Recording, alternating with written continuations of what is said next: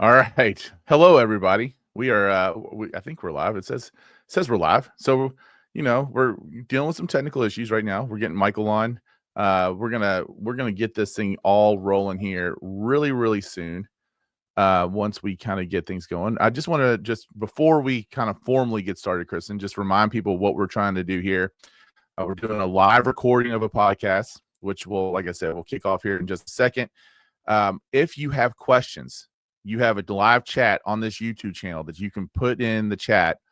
Kristin, you might not even know this. We cannot, Facebook groups does not allow us to stream directly to Facebook groups anymore. So we're streaming through YouTube.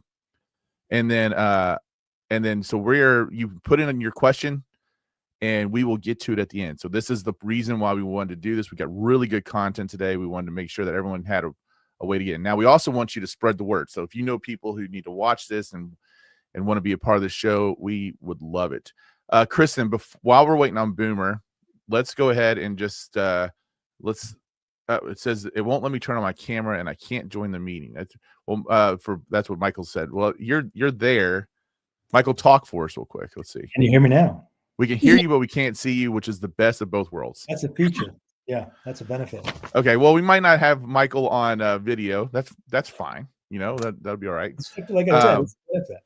Yeah, we'll figure it out from next time, and then we'll go from there. So, Kristin, real quick before we get going, tell everybody a little bit about what you got going on and other ways that they can engage with you. This is actually just for our. We'll do it again when we're doing the actual podcast part. This is just for the audience that's there right now. Oh, so there's a lot going on. Big changes coming down the pipe this year in terms of content. I have a book that we'll be launching shortly. We are in final edits and redesigning the original cover. Lots of content, but my probably the thing I'm most excited about is you all know how I'm passionate about vision, and vision is the cornerstone of everything when it comes to planning and execution. And I have developed some really well received, what I believe to be groundbreaking content around how to really establish a vision. And it starts with, identifying fear to begin with. Fear keeps you from that big vision. So I'm really excited to be launching that very soon. And we've got people beta testing the content right now and they like it. So yeah, it's a big year of big changes. And we're back with a podcast, doing what we love, getting to share the things that we know with everyone. So I couldn't be more excited. And that actually goes right into, like, I'm sure that some of that content will come out in these 15 weeks of what we're doing here with this thing. It'll be really good. All right, Boomer, are you ready to get moving? Are we ready to go? I'm ready to go. If you guys can hear me, I'm all set. All right, we can hear you. We can hear you, no problem. Here we go. I'm going to play the music. We're going to start the show, and then we'll come right into the content.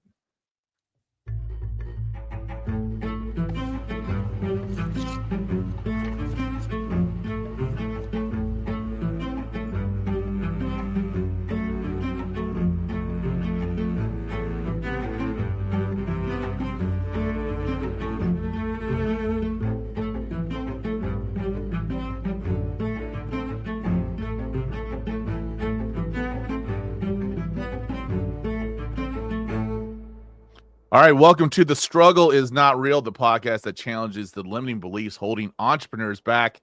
I'm Mike Gandolfo, and joining me once again, back in the saddle, are Michael Lennington, the co-author of the New York Times bestseller, The 12-Week Year, and the queen of coaching, Kristin Tabbert. We have got an awesome show lined up, an awesome format lined up, because what this does for us is we're here to deconstruct popular myths, replacing them with empowering perspectives, and give practical strategies to achieve breakthrough results. So this is how this is going to go. I'm going to put a common idea out there that we all have heard of before. Today's theme is time is money. The show is called Time is Not Money. I'm going to give a little historical perspective on time is money. Michael Lennington, being the contrarian that you can be sometimes, will give us some sort of like why that, how do you say it? All things are useful and some, or most are broken, or most are useful and some are broken. How do you say it? It all depends on how I'm feeling, but what I typically say is that all models are wrong, but some are useful. Okay, there you go. And so he's gonna be the contrarian who kind of challenges the belief a little bit, And then we've got Kristin, who's going to really hammer home the practical way to overcome maybe that limiting belief that's going to be there. We're going to converse back and forth in between it, but that's just a little bit of how this thing is going to be distributed. So we're happy to have a live audience. We're going to be taking questions from that audience as we go, and it should be fantastic. So as I said, each week we'll tackle a specific misconception, exploring its origins, explaining why it's flawed, and providing actionable steps that you can take. And today's topic is time is not money. All right, so to go through to the time is not money. Kristin, before we get started, I guess I should ask you how you're doing. You haven't got to say anything yet. So I'm very, very excited to be here. I'm so happy that we're doing this again. This was, a high point of our engagement back in the day, and it just good stuff comes out of it when we have conversations together. Yeah, and I think when we were talking about doing this, we realized that we wanted to have a little bit more structure, but that still allowed for us to have the freedom to have good conversation back and forth, because we think that's where the magic comes out. And just to have this is a 15-week run. And so whether you're listening live on our YouTube page and you got there through the Facebook invite or whatever else, which we would love to have, go to the Focus, Execute, Win Facebook group, join, and you'll get the invitations. Or if you're listening on the recording, and either way, this is going to be a 15-week kind of run, and it's going to be really good. So I'm just really happy to be back together. Okay, the phrase "time is money" is often attributed to Benjamin Franklin, who immortalized it in his 1748 essay. Michael, were you around to read that? I can't. I helped him write it. You helped him write it? Okay. It was part of our book writing course we did back then. 1748 essay, Advice to a Young Tradesman. Franklin framed time as a direct economic resource, arguing that idleness results in lost earnings. Here's a little excerpt from this. He that can earn 10 shillings a day by his labor and goes abroad or sits idle one half of that day, though he spends but 6 pence during his diversion or idleness, ought not to reckon that the only expense he has really spent, or rather thrown away, 5 shillings besides.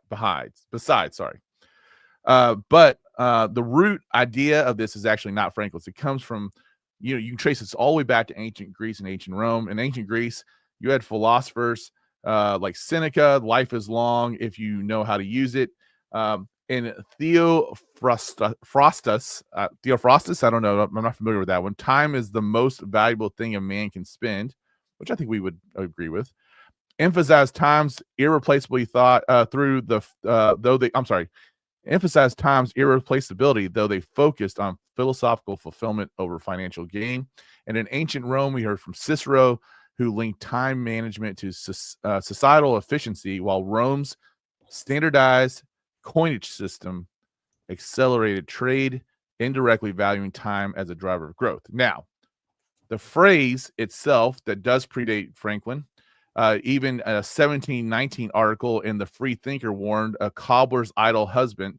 In vain did his wife inculcate to him that time is money, a phrase that Franklin likely encountered during his 1725 stay in London.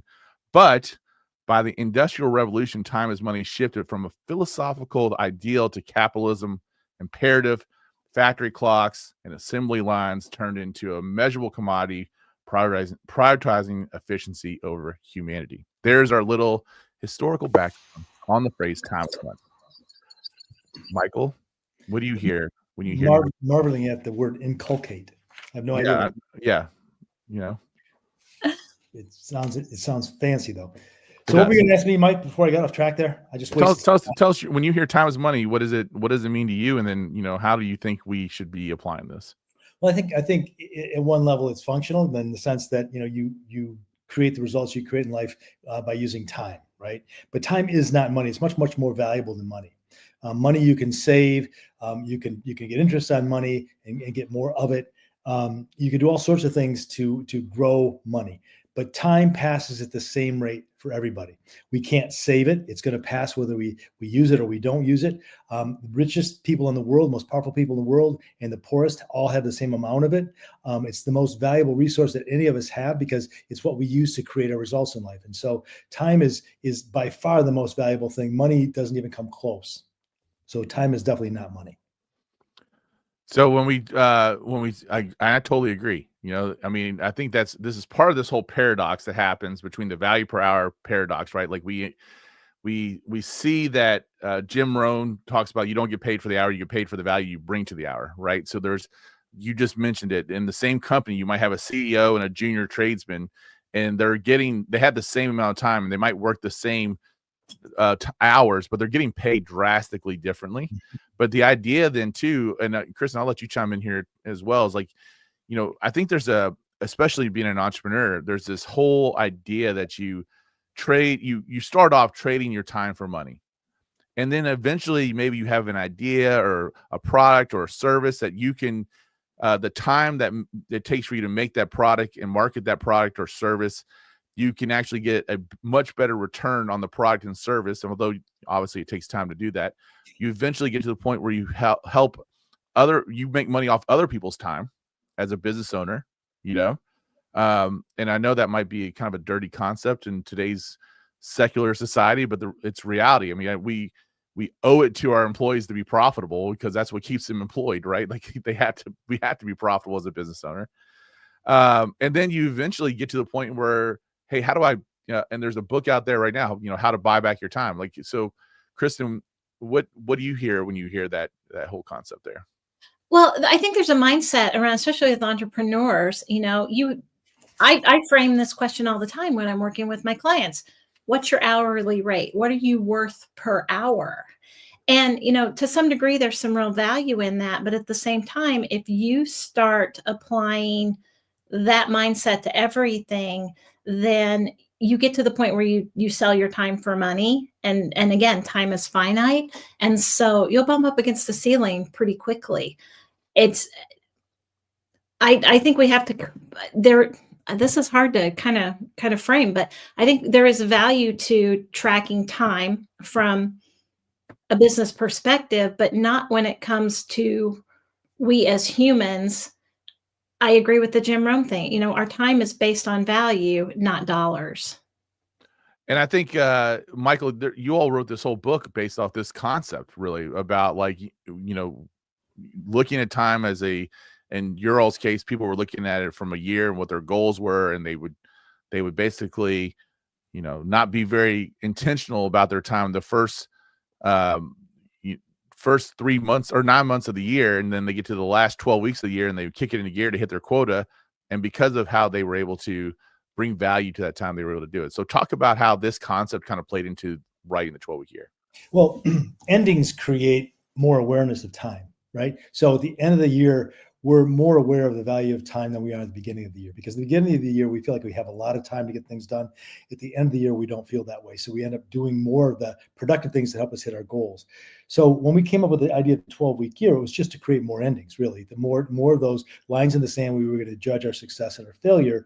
And then as we approach those, you know, in 12 weeks, we're always kind of close to the end of the 12-week year. So it causes us to act more effectively and use our time more effectively to accomplish our biggest goals. And I think that, you know, when we look at the 5 disciplines of the 12-week year, the 5th discipline is time use, time allocation. And one of the things that we realize with the 12-week year is that we all have a flawed view of time. We all assume we have more of it, but when it starts to run out, when we start to approach the end, we tend to value our time more. It's like at the end of life, people tend to value their time more than they do, you know, when they're young, right? Because when you're young, it feels like you have all the time in the world.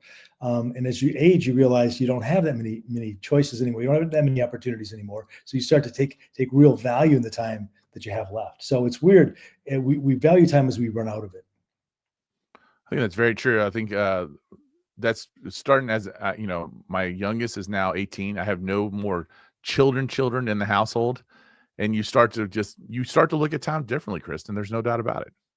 Oh, you absolutely do. And, you know, we hear this all the time, but it speeds up as we get older. You know, it seems kind of counterintuitive that time can speed up, but it does. I mean, our runway gets shorter and shorter. So when you look at the space of an hour at my age versus somebody who's 20 something, you know, they'll cast off an hour easily, when I look at an hour as what can I do? What's the most value that can be in this hour?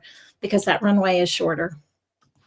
And I look at this, I want to bring up 2 other kind of points here with this. First off, the idea that's really popular in the American culture, like I think there's a big difference between being American and being European, is that it's not uncommon to see an American work a 50 to 60-hour work week, right? And the idea then that you can be as effective, with our, so this is getting into rest run cycles, right? Like when you get over hour 50, you're losing effectiveness. There's no way that your hours can all be worth the same amount of money, right? And even no matter what our workday looks like, we have certain hours in our day that are more valuable than other hours in our day because it's, again, the value we bring to the hour. But the idea then, if we're working longer than 50 hours, we start to see some diminishing returns. We're actually doing a disservice to ourselves. Yeah. Go ahead, Michael. But at 65 hours, studies show that if you work on average more than 65 hours a week, you'll get less done, not just less efficiently, but less done than if you work 64. So there's this pivot point at which you overwork yourself and you're less effective across all the hours you're working. Now you can do a burst for a short period of time, a week or two, but if you maintain that, your body just, and your mindset and your abilities all diminish to the point where you're less effective, even if you're there longer. So time in place does not equal results. It does up to a point, but like you said, Mike, there's diminishing returns on that, and it can flip and go negative. Kristin? So you and I, Mike, are in industries where we are service related. I sell my time for money. I spend my time with people. You spend time with people, you earn commissions. And so there's this, as much as I serve somebody, the relationships grow, and then we make a decent living, but you cannot serve well past those certain time frames. My job is to provide as much quality as I can in the hour that a person spends with me. But if I am working 60, 70, 80 hours a week, that quality diminishes across every appointment that I have. And so people are paying premium dollars for mediocre service. And that goes with any service industry that we're providing those kinds of services for people. And there's this entrepreneurial trap, I think. Number one, I think there's this entrepreneurial trap of like saying that you've almost always got to be on. And if you're always on, you're never at your most effective, right? No. I mean, and then there's this other entrepreneurial trap that, I can, even if it's the most mundane thing, someone else is not going to do it as well as what I do it. Or they can't even clearly communicate their vision in a way that allow someone else to complete a job that might be a $25, $30 an hour job, which is prohibiting them from going out and doing the things that are $500 an hour. Yeah. And I think that's where people kind of don't understand the idea that time is money. You hear people, if your lane is this and your hourly rate is this, then the $20 an hour, the white chip activities need to be done by other people, delegate it. And that's fair. But at the same time, again, we're just putting a dollar value on an hourly rate that you got to kind of be clear about what's happening during that hour to maximize the dollar, if that makes sense. Absolutely. Michael, Kristin brought up the white chip activities as spoiler alert for anyone who's going to be doing 12-week training. You all do this really cool visualization of this with using poker chips. Kind of explain the poker chip activity that you do in a 12-week training. Sure. So it's just kind of hard to imagine, but what we typically do, we want to show the value of time as we go through this exercise, and it's called the blue chip exercise. And what we do is we get two participants and we have them stand with their backs to a table, and on the table are two rows of poker chips. And the rows are both the same. They have the same number of chips in them, and they have the same number of each color of chips. So there's a lot of white chips, and the people that are standing with their back to the table, those white chips are closest to them. And then there's fewer red chips, and they're farther away. And then the farthest away are the blue chips. And then we cover up the chips with a tablecloth. We bring the people to the table, have them turn their backs to the table. And then we tell them they're going to be picking up chips, and that they win the game by picking up the most chips. You get to get the most chips. And so we tell them that, we give them 15 seconds, and then we yell, go, take the tablecloth off, and they start picking up chips. And typically what happens is they're picking up the chips that are closest to them, the white chips, right? And then they maybe one or two of them gets to the red chips, and then the time's up, and we stop them, we have them count up their chips. And that's when we tell them how much value those chips have. right? That they have a value. And white chips are the lowest value, red chips are more, blue chips are the highest. And invariably, people, when we count them, when they compete, we're counting the white chips and they're worth $1. They get a score for that. But if they picked up one red chip or one blue chip, they would have won the game, because they weren't picking up the most valuable things. And so it's a game. People don't know the value of the chips, but it really mirrors the way we operate in life, because at work, we act like emails and voicemails are important, because we answer our voicemails, we answer emails. There's probably not a day when we're not all checking our emails and our voicemails and responding to them, right? Our text messages, responding to them. Those are all white chip activities, but we do them because there are a lot of them. They're in our face and they're easy and we feel productive, but they don't make us any money, right? The red chip and blue chip activities are the ones that make us money. And the blue chips would be things like calling up a prospect and asking for a referral, or calling up a prospect and asking for the business. It's the kind of stuff that really drives our biggest results. They take a little bit more time to do, but they create the wealth that we amass. And so we all have more chips than we can pick up in our day. There's always more work to do than we have time to get it done. And most of us just operate in terms of what's in front of us and just turn around and start picking up chips. But the really successful people, they pick up the blue chips. They do the things that drive their biggest results. And if the red chips and the white chips don't get done, no big deal. It's the blue chips that create the life we want to lead. So it's really just looking at the things that are in front of us that we have to get done, and making sure that we're spending our time in the highest priority ones. That's what the game does. And I've kind of walked you through the whole thing, Mike. I don't know if you wanted it all in one quick answer. No, that was perfect, because I think it allows me to ask Kristin just a follow-up question amongst that. And those white chip activities, they scream at us lots of times. They're urgent, right? They might not be important, but they feel urgent, at least. You love to talk when people start making decisions based off how they feel versus what's actually going to drive the results. To kind of tee it up, and there might be someone in this call who you've said things like that to before. I don't know. And really, though, what I also heard when Michael was talking is that the red chips and the blue chips can also be a little uncomfortable, or they might require us to do a little bit more. And so sometimes we hide behind the white chips. We do. And so we live, let's go back to those 60-hour, 70, 80-hour work weeks that we wear like a badge of honor. Oh, I worked all this time and I did all these things. Well, those little white chips come in mountains. They're always going to be there. They're always replenishing. Always replenishing. That's exactly what I was going to say. They're always replenishing. And so, I get to check off 25 of those, and I know how to do those. They're almost autopilot for me. It's easy to open your email, answer an email, move on, those kinds of things. You don't have to give it much thought to do. And is it really moving anything along other than I cleared out my email and I feel good about answering? But here's the thing with the blue chips, those are hard. They're strategic in nature. They're designed to take us to the next level, grow our business, do those things, get us closer to our vision. And if we knew how to do them, we'd be doing them every day. So there's an element of learning that goes into practicing executing on the blue chips first. And they're hard. They're harder than the white chips. Absolutely. They're harder than the white chips. And we're going to unpack that even more next week when we talk about the difference between being busy and being productive, which is, again, a kind of a continuation in some ways of this. But where I want to take this conversation really is understanding, when we look at time, we have transactional time and we have transformational time. And the transactional time are those white chip things. Those are the things that we can easily, again, we could probably hire someone at $25, $30 an hour to do those white chip activities. We can put a value to them real quick and we can knock them out.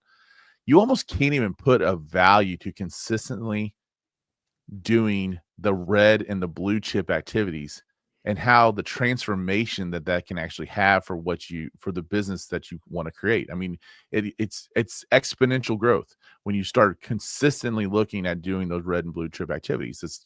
That's where transformation occurs. And so I love that idea. The white chip is transactional time. The red and blue chips are transformational time.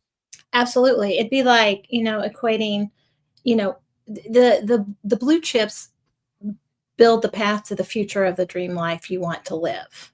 You're not going to get to that life well lived without doing those blue chip activities. White chips are not going to get you there. White chips are the paint on the wall. It's insignificant compared to what you're doing to build that life that you say you want to live.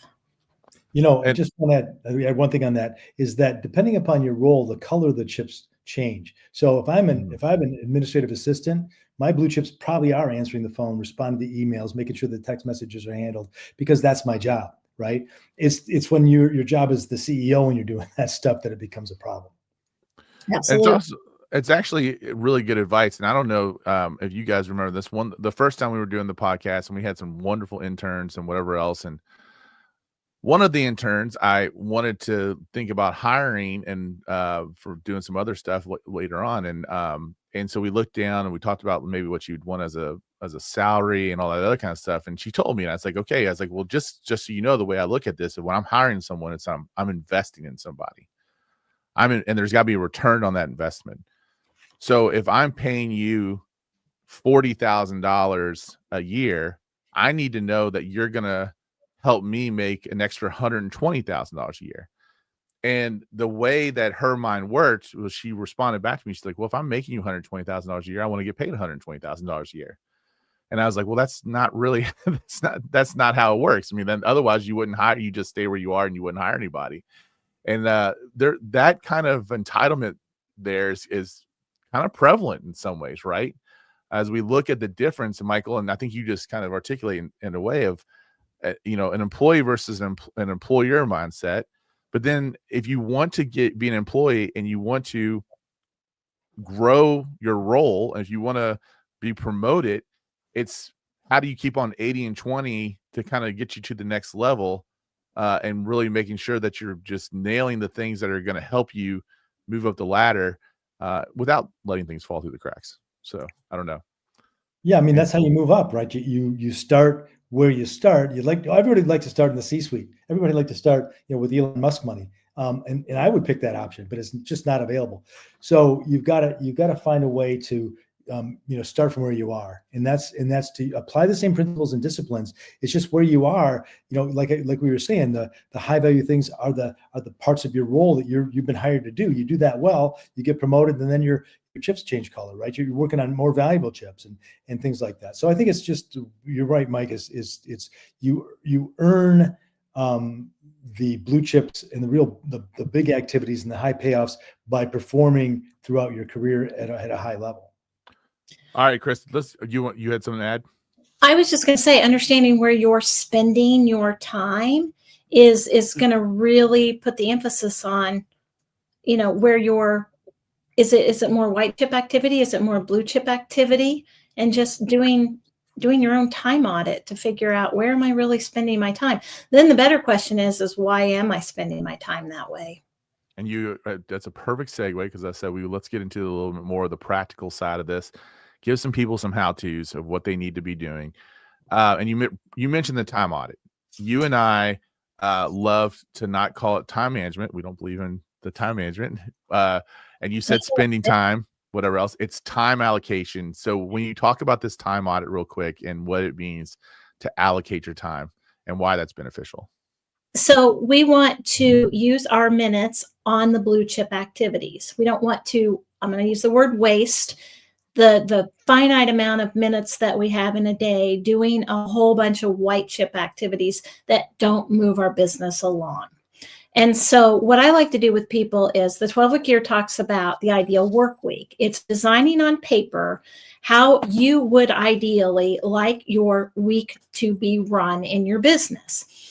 It's not going to be perfect, but here's the thing. If you can't make it work on paper, you're never going to make it work in the real world. And we try to do that. We try to cram things in, pivot things, add this, change that. But if we have a blueprint for an ideal week to work from, then we can move from there. And then what I like to do is have people have their ideal, and then we look at the end of the week, their reality. They track where their time blocks fell off, what they did in place of or changed because of it. And then we start to see patterns. And we start to see not just patterns of change in physical time blocks being moved and tactics not getting done, but then it starts putting the spotlight on thinking behaviors.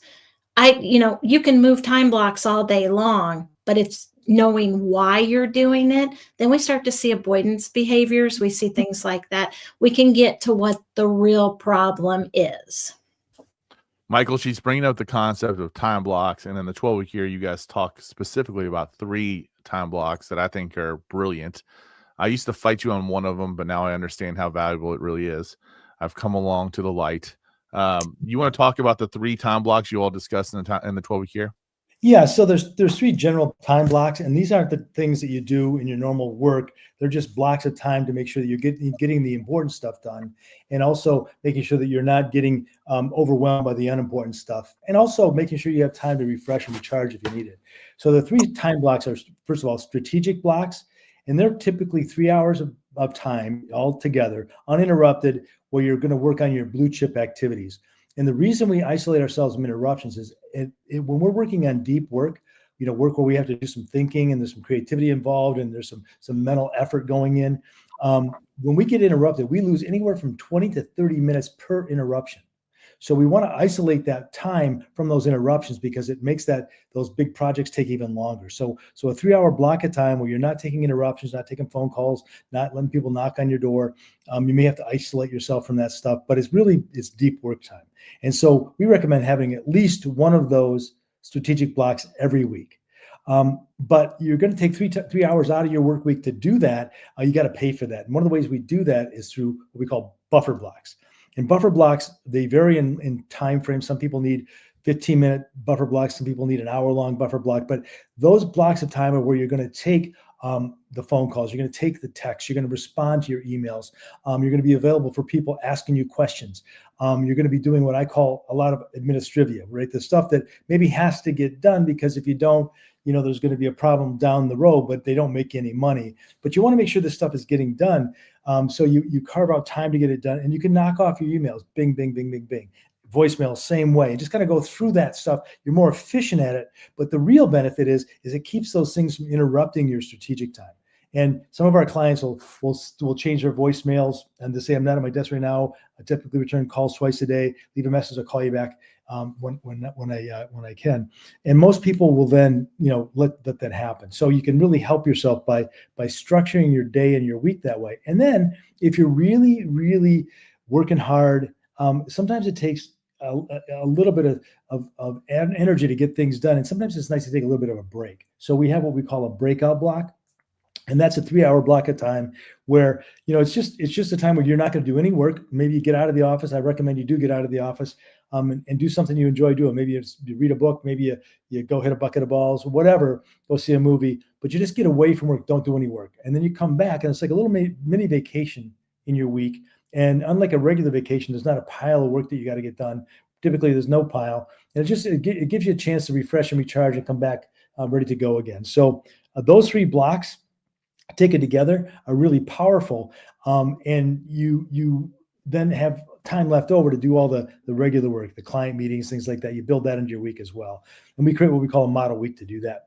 And it's just you'll never reach it, you'll never achieve it. But if you can imagine it, you're going to get closer to it. If you can create it on paper, it'll help you get closer to it.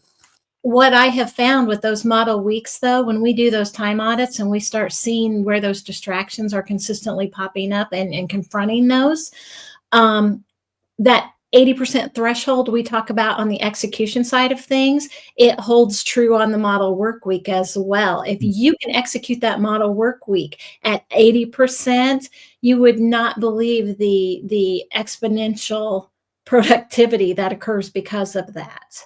And the other thing you can do with the strategic blocks is to create an accountability strategic block where you are showing up with other people. We do facilitated Zoom hours where people get on and all we do is state our commitments, do our work. You would not believe the amount of productivity that's happening. You would not believe what the people are saying about those hours and how much work they're getting done. One of those people, Mike. Hey, he's been talking about he's made serious changes this year. It's been great. So I would actually I want to dig into that a little bit deeper. How the idea of doing a 3-hour strategic block, number one, blocking out all of the distractions, putting that do not disturb on our phone can be kind of intimidating. And I want to share a tool too that I think is very helpful that I just discovered myself. You can actually go to a Google document. And inside of a Google document, where at the top where it says file, edit, view, insert, if you go to insert and you go to smart chips, you can actually put a stopwatch or a timer on your Google sheet. So you could put everything you want to accomplish. And the other thing I like about it too is they have a bullet that you can actually create as a checkbox. So everything you want to complete in your strategic block on a Google Doc with a timer, and you can see the timer real time, and you can check off the stuff as you're doing the stuff that you want to do. What are some other tips and tricks about how to make the most out of your strategic block there, Kristin? Well, the one I just mentioned is the accountability piece. We show up for others better than we show up for ourselves. And when you're with a group of people and you say, here's what I'm doing, and these are the blue chips from your plan or from your business, now you've got to work on it. And then when you're done, we check in with our accomplishments. And so we'll have things happen. You know, some people say, well, I meant to do this, but I'm in negotiations on that. I had to take this. So they had to pivot. And those are just data points, right? But if we start seeing those becoming consistent patterns of always disrupting those blue chips in those time blocks, then that's a different conversation. All right. This is all great stuff. We have one question that has come in. It came on through the private text here. And this question, I think, is going to resonate with a whole lot of people. So their biggest pain point with time is taking on too much. So probably not saying no enough, right? Doing too much myself and not wanting to have to spend the money on help or the time to train them. And so they're constantly leading with the revenue there. So they don't want to they don't want to spend the time or the money. And so many people too, and I think in our world, they hire someone, they spend the time and the money to hire someone, only to have that person leave, and then they got to do it again. So talk about that there, Kristin. So those are learning curves. Those are growing pains. Those are things you're going to be experienced. Knowing that up front, going to worst case scenario from the beginning, and it's only uphill from there. You know, but what I heard them say is, you know, I don't want to spend the money to have somebody else do this. But here's the thing. Oftentimes, those things we have other people do, I'll figure out my Instagram. I'll do my own marketing. I will post something up today. I wasted an hour today trying to do an Instagram post that I could not make happen, where the person that's supposed to do this for me, that's not available today, they're $20 an hour employee. That's the expense I pay for that. That's my overhead. What was my hour? What did it cost me? It wasn't just what I charge my customers an hour. It's what I lost beyond it. Just like Benjamin Franklin said, it wasn't the 10, it was the 20. I lost a whole bunch more than just $20 in that time. So you've got to reframe how you think about your time and the value of your time. Time is an irreplaceable resource. Money's a renewable resource. That's awesome. That's a great way to end that right there. And here's what we're going to leave you with. This is your encouragement. Get that ideal work week on a piece of paper. And at the same time, track how closely you can get to that ideal work week, paying particular attention to what gets in your way. So that's part of your audit your week. Figure out one white chip activity that you can replace with a blue chip activity. And then let's just sit back and notice how not just your revenue, but your energy, everything expands. Because when you do that transformative work versus the transactional work, it feeds your energy. You're ready to go. Like this, it's going to be incredible. So anything else you all want to add before we kind of wrap up for today? Yeah, just to kind of tie it all together for me anyway, is that, you know, if you can't say no to things, your yes becomes meaningless.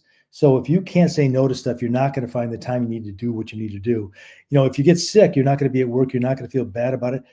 Do a mental sick day. Just decide I'm not doing anything but taking care of this thing that I could fix in one time, and it pays off forever. So, you know, like you were talking, Mike, your white chip activity, what can you eliminate? What can you automate? What can you delegate? And then do it. Love it. Kristin, any parting words? The problem's not your problem. The problem's how you're thinking about the problem. It's not the money. It's not where you're spending your time. It's how you're thinking about those things. And then when you get to the bottom of that, you'll start change your thinking, your actions will follow.